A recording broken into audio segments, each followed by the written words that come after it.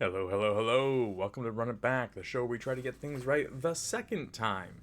In today's episode, we're going to be going over a premiere draft, a best of one draft submitted to us by Lotta on the AGL server. She had an excellent draft last time, decided she had so much fun, she wanted to submit another one. We'll dive into it now.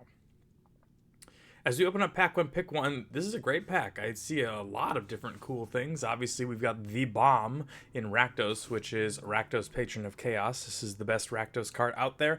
I don't necessarily love the color pair, but when you have a bomb, you gotta play it. There's definitely ways that we can splash this in a green shell. There's even ways we could play this in like a Mardu base as well. Outside of that, we do see Insidious Roots, which is a great build around. I love taking this pack one, pick one, and grabbing other cards around it. We see a Repulsive Mutation, which although less of a build around, still very, very strong.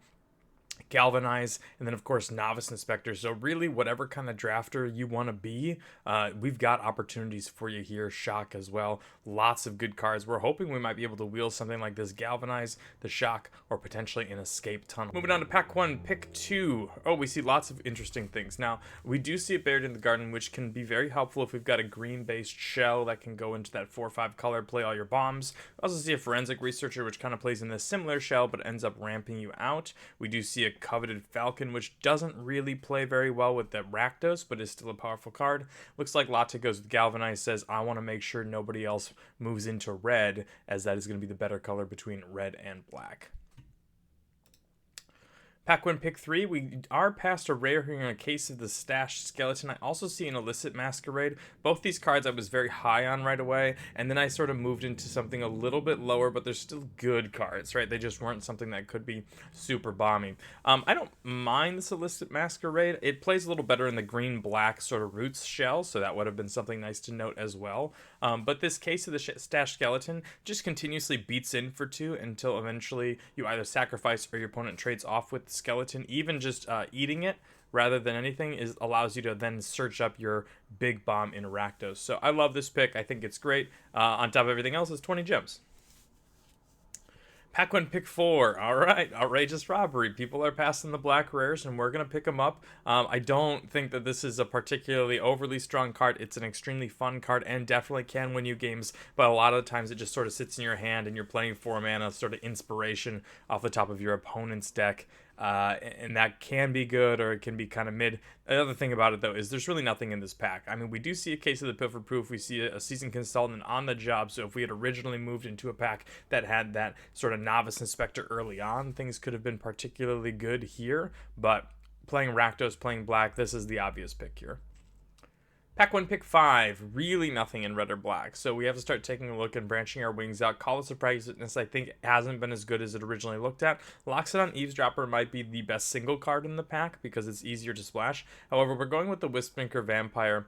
Even though we don't really have any other creatures that it triggers off with, this one can be particularly good and plays well in white-black, which I think we're pretty heavy in. We may be in like a black base with a little red splash and a little white splash at the same time. Pack one, pick six. We're sort of moving into this little bit of a soup sort of category because none of these black cards really do particularly well. You could take this Riftburst Hellion, but I think just grabbing the fixing here on the Escape Tunnel is a great choice. Excellent pickup. Pack one, pick seven. So Coerce to Kill is our fourth color in a blue card, but it is very powerful. I think that's honestly even more powerful than this Wisp Drinker Vampire. We're not a heavy aggressive deck, so the Chase is on is not really it. And Shady Informant we've passed already 2 or 3 times. Just 4 mana. 3 mana first and then 4 mana to trade off with a morph and maybe kill off another thing just is not really what you want to be doing here. And then spending 5 mana for a 4/2 also just doesn't really play well in the format. You could end up taking this Nervous Gardener as a way to sort of continuously splash all of these things, but if it's around in pick 7, then maybe, you can pick one up in a little bit, and Coerce to Kill is definitely going to give you the power. I see we've got a Mr. Steal Yo Girl sort of strategy going on. Pack one, pick 8. We do have a Flotsam Jetsam, which kind of plays in this late game blue-black, steal your stuff, mill them out sort of strategy. Snarling Gorehound is a good way to get on the board early. The only trouble we don't really have right now is we don't have a lot of like those early drops or creatures with power 2 or less outside of the Vampire and the case of the Stashed Skeleton. So we're definitely going to need to pick up some more, but it seems like the strategy that Lotte is going for. Pack one, pick 9, nothing really that exciting here. Unfortunately, all the really good cards kind of passed along. We did end up getting this Escape Tunnel, however, which I think is a great pickup on the wheel.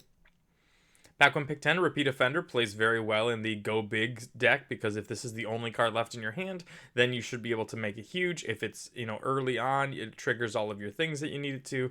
I think this is great. Pack 1 pick 11, we are getting an Illicit Masquerade, allows us to buy back the Rakdos. I don't know if we necessarily want it in this deck quite yet, but it's a good silver bullet to have in your sideboard, should you either need it in deck building. Pack 1 pick 12, we do get a Mortipede. I don't know if this is getting played, but if it is, it's fine at pick 12. And then eventually we also pick up a Thinking Cap. Moving on to pack 2. A great pack for some people who are Private Eye, Projector Inspector, Rebel Belt Maverick. There's lots of good cards here. Looks like we're taking a second Repeat Offender. I think if we're going to be pretty established into white, I might really take a look here at the Sanguine Savior. But maybe Lotta says, well, we don't know if we're black-red, black-white, black-blue, a little mix of a couple things, and I don't want to commit to the black-white quite yet. So she goes with the Repeat Offender, and I think, unfortunately, that just kind of is what it is. The other thing I could look at would be a Gravestone Strider here, which also triggers on the power 2 or less. It also helps fix for a couple of things, and so now that I said it out loud, I think I probably would take the Gravestone Strider here on this pick. Pack 2, pick 2. Man, really nothing going on. We can take them not on your watch if we want to start splashing into white, but it seems like a lot is kind of not in that right now. The other thing we could look at is this Alley Salient, which just kind of, it comes down on turn 3, even though it's tapped, and kind of hits a little bit harder. Plus, we don't currently have any 3-drops. So that can be big, but it looks like we're staying open with the Escape Tunnel. I think it's okay that we're taking this Escape Tunnel, but I just don't want to be taking any more of the land fixing, because they all come in tapped, and you still need to be able to cast your spells on time with a reasonable opportunity. Pack 2, pick 3. Okay, we see a couple of things here. It looks like Lotta goes for the Basilica Stalker. I think I probably would have taken the Soul Enervation, not because of the second clause, but just because it's, it's kill spell. It's target creature gets -4/-4 for 4 mana. Pack 2, pick 4. This is a tough one. I do see the Felonious Rage. I don't think we're really ever casting that. I don't think we're using it. Unfortunately, we see 2 more Escape Tunnels, and I don't want to take any of those either. But I think we're at the point where I'm grabbing this Ill-Timed Explosion. I think the Ill-Timed Explosion is a great card. It's an excellent card when you want to go long anyway. And so you're able to end up discarding some things even to set up your Illicit Masquerade. And if we're looking at splashing this Coerce to Kill, which is already a powerful card, we can also look to splash this Ill-Timed Explosion. This is the sort of thing that I want to be looking for as I'm going through my drafts, these really powerful cards that I'm already potentially able to splash with my 3 Escape Tunnels. I think the pick here is the Ill-Timed Explosion, much more so over like the Felonious Rage. I think this is a pretty dud card. I don't think it's particularly strong, and even if you are playing it, you should be able to pick one up later. Pack 2, pick 5. All right, we're finally back on track. We get a Person of Interest. This is great. I mean, you could convince me in a Bolrock Clan Basher, but I think Person of Interest just plays so much better with the Wisp Drinker Vampire, the Snarling Gorehound. You get 2 of these triggers. You get 2 bodies for it. One of them has Menace. Overall, this is an excellent pick. Pack 2, pick 6. Nothing really here for us. We do see another Flotsam Jetsam if you want to kind of go big, but it looks like Lots is trying to stay close to home with the smaller creatures. An Innocent Bystander, not really that exciting of a pick, but fine. One thing I might look at is this Convenient Target. It plays really well with these Repeat Offenders, but I think Innocent Bystander here is also fine. Pack 2, pick 7, Presumed Dead. I think that plays really well with things like Rakdos and Basilica Stalker, particularly if you've morphed it early. You can then use a Presumed Dead and it flips back up. The other thing to note is, had we end up taking the Ill-Timed Explosion, we also might be looking here at the Detective Satchel, which could be a really, really good and easy way to end up pinging off things with our Wisp Drinker Vampire, our Snarling Gorehound, and then also plays just well overall in the late game. But Presumed Dead with where we are, I think is good right now. Pack 2, pick 8. We are picking up a Judith. Notably, had we gone down the Insidious Roots plan, there's a second Roots here, which is really, really good for us. I don't think Judith is particularly good. We don't have that many instances of sorceries anyway, but even then you have to have your 5 mana creature live, and then you get to finally get some value out of it, and a 3/4 for 5 mana just isn't really cutting the mustard nowadays. Pack 2, pick 9. This is kind of where we get that other Felonious Rage, which sort of would allow us to take the Ill-Timed Explosion should we have wanted it. Pack 2, pick 10. We get a 5 mana 3/3 that cares about vampires. So we do have this Wisp Drinker Vampire, but things like these are assassins. We don't have any other vampires right now, so I don't think this is getting played. Pack 2, pick 11. We do see a 5/5 for 5. I mean, that might end up making it. It might go particularly well, but we'll see where things end up. Pack 2, pick 12, the ill-timed explosion wield.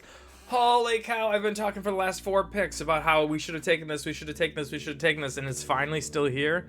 Lotta, you got lucky. You should not have taken this right away. This felonious rage that's down here, this could have been your pack 2, pick 12, but you got lucky. Enjoy it. Pack 2, pick 13, we see a Toxin Analysis. I don't think this card is getting played, but if you get on the Judith track, this is a great card for Judith. Pack 3, pick 1, we see a Krenko's Buzz Crusher.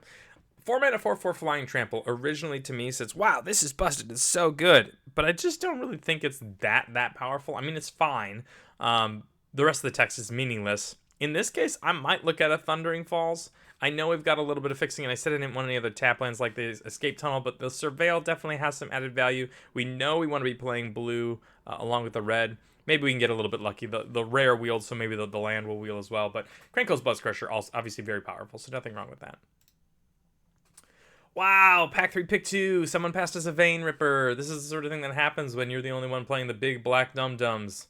Yeah, this is busted. Super good. Take it. Pack 3, pick 3, we see a Toxin Analysis. I don't know if I really like having another Toxin Analysis. This to me suggests that we're playing Judith, and I don't think that's a good choice. I think I'd rather play something like a Harry Dronesmith to make sure that we can sort of gum up the board a little bit. It plays extremely well with Vein Ripper if you want to go down that road as well. And in general, I just think that it is a lot easier to get one of these Toxin Analyses over like a Harry Dronesmith, which is a lot tougher to get. Wow, pack 3, pick 4. I see an Alquist over here. Even though we're not playing this one, we also get a push-pull, which is nuts. Holy cow, this deck is coming together. What a lucky duck. Pack 3, pick 5. We see a Frantic Scapegoat, which is good in the early game. I think the value engine of the Person of Interest plays particularly well with things like the push-pull. We still might be splashing this Whisperinger Vampire off the 3 escape tunnels. You certainly can try that if you wanted to. I just think overall having more bodies is good to gum up the board until you can end up dropping one of your big drops. Pack 3, pick 6, we do see an Unscrupulous Agent. I don't mind this as a 2-drop. I think it actually might be a little bit better than Innocent Bystander, because Bystander just being a 2/1 sometimes gets you value, sometimes it trades with the morph. This one always gets a card out of their hand, and I think that is generally what you want to do. You want to slow down this game as like fast as you can to get it to a screeching halt until eventually you have 6 mana and you can win the game with one of your huge bombs. Pack 3, pick 7, Drag the Canal. My first thought is that we're not in these colors, but then I thought again, we are in these colors. I think there's probably, if we go back to a couple of these picks, we could have had that Satchel as well as the Harry Dronesmith, and that would make this Gleaming Geardrake seem very, very good. As it sits, the Drag the Canal seems fine. I think it is exactly a fine card. I don't think it's particularly strong, but it's good in general. I mean, like, it's fine. And definitely playable, especially if you can get it to trigger pretty quickly. Instant speed, making a detective, also perfectly good. But I think there's definitely a possibility, had we done just a couple of different things in the draft, this Gleaming Geardrake could have been very powerful. Pack 3, pick 8, we get that Offender at Large we were talking about earlier. Wow, we see a case of the Locked Hothouse here as well. I don't think that's worth splashing in our deck, but still pretty good. Offender at Large, I don't know if it makes it, but it might be over something, well, obviously over something like this Bishop and maybe the Rubblevault Braggart, but we already have a lot of beef on the top end. Pack 3, pick 9, we get this Extracted Confession on the wheel. That's great. We definitely want to put this in the deck. Pack 3, pick 10, we get an Alias Salient, and then eventually a couple other duds here towards the end of the pack. Bringing up the deck here, we see that we ended up with Judith in the deck, and so as I separate out our non-creatures, we've got so many 2-drops in here. Now, notably, this says Instant or Sorcery, so Case doesn't count, Coerce to Kill doesn't count, Illicit Masquerade doesn't count, frankly, Ill-Timed Explosion kind of doesn't really count, nor does Push Pull, because realistically, these are sort of like win the game cards. So we've got, oh, even this one as well. We've got about 5 triggers that we can realistically trigger Judith with. Seeing as we have exactly 3 blue cards here, I don't know if we need to play 3 islands because this is 6 blue sources, and that seems like a little bit of a lot. So I could get behind shaving off one of these islands for another mountain just to make sure we hit those mountains on curve and work out there. But overall, I mean, deck seems sweet. If you'd like to see your deck featured on Run It Back, make sure to send over an email to runitbackmtg@gmail.com. Otherwise, send me a message in Discord with the 17 lands data, and I'm happy to put you up on the YouTube. Thank you so much for watching. I hope you enjoyed, and have a good rest of your day. Bye-bye.